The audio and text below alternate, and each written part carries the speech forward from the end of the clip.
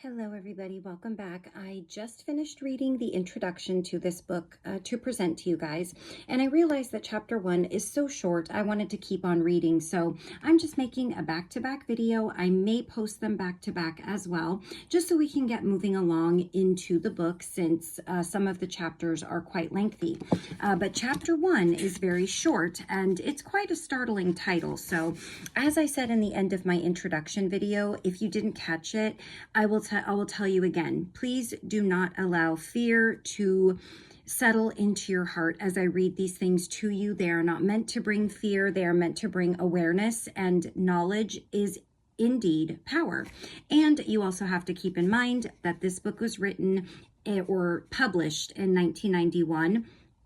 While many of these predictions were said to happen within 10 years of these messages given to this woman. So when we're talking about many of the predictions, many of these things have already come to pass, I'm assuming, but we will be able to tell indeed by looking at our dates and what exactly we're talking about as far as if they actually did happen.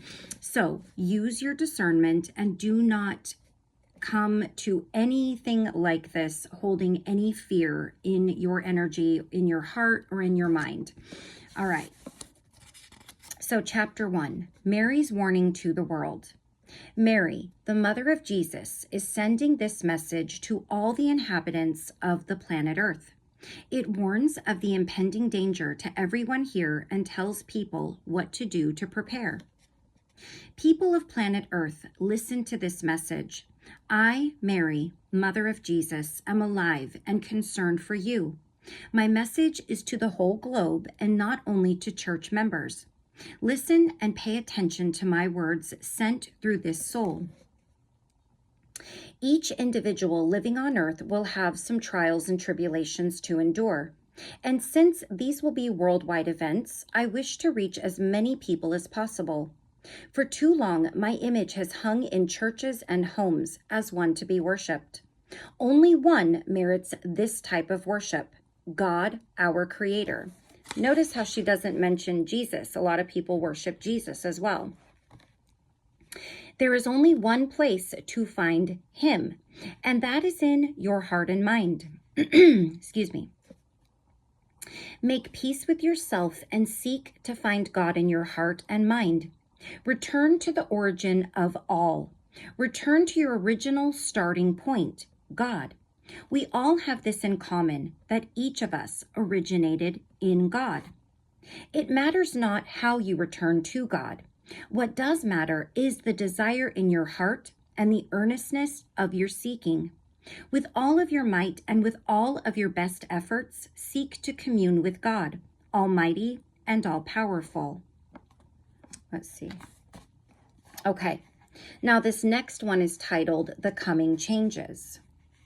Sorry, my ring is always twisted up. It's too big for me. I need to get it resized. The Coming Changes. The time is drawing near when you will be shaken and frightened, not because of any punishment, but to renew the land and the minds of mankind. The earth will shake and will be moved by violent forces, which will cause many to lose their physical lives. The process which will cause these earth-changing events has already started. The changes have begun and will continue until completion. The real tragedy during this time would be to lose one's spiritual growth. The planet Earth is being bombarded with forces which will cause it to change its direction in relationship to the universe. As this universe grows and as the galaxies grow, there is a dividing and splitting of galaxies. These changes are universal. Some of these events started many millions of Earth years ago. Now, the growth affects your solar system and the planets will realign to new places and points. During this realignment, the Earth will be turned and shaken, and you will have many catastrophic events. As the world turns and changes direction, many natural occurrences will be deemed disasters. Mountains will move, seas will be upturned, new lands will come out of the oceans.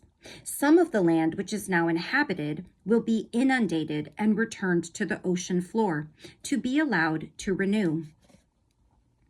These natural disasters have already started, but in the future they will occur more often and with increasing violence. My desire is to warn you of the coming trying times.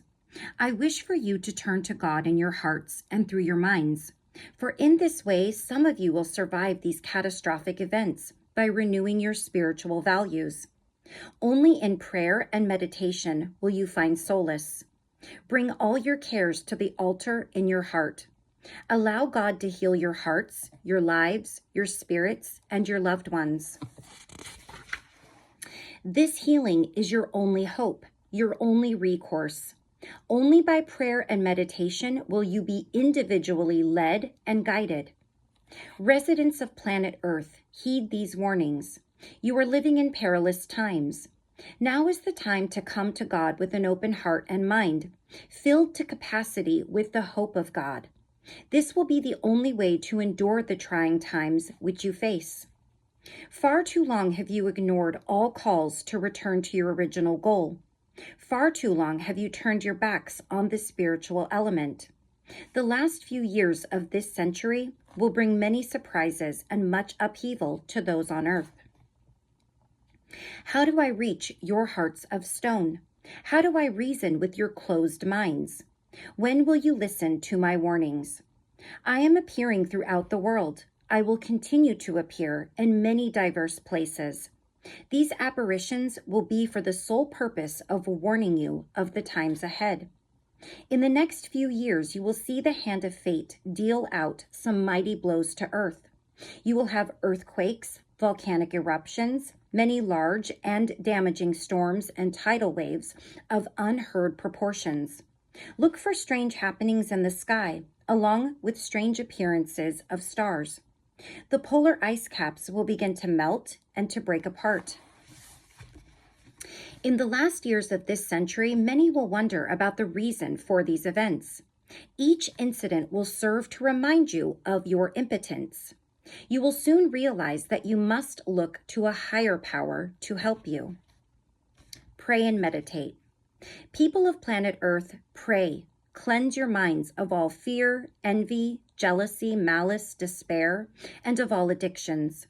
Bring to the altar of the one God of the universe a renewed conviction of his power and might. My hope is that you endure all things.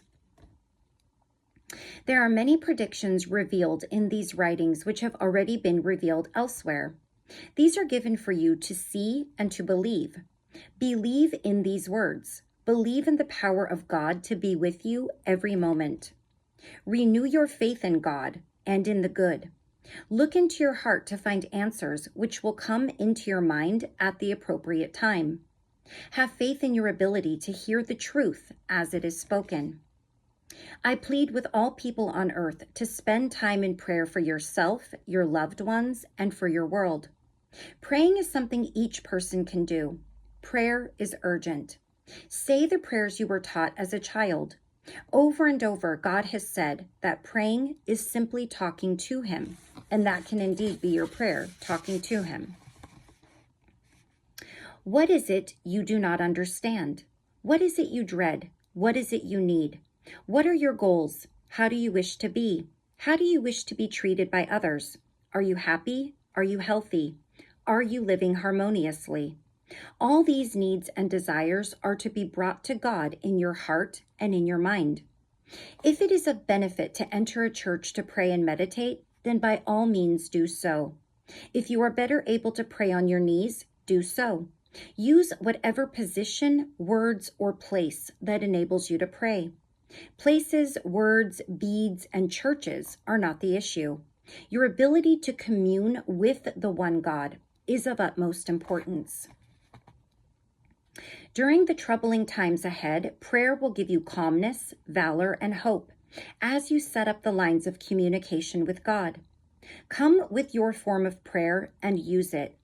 Bring the setting which enables you to commune with God.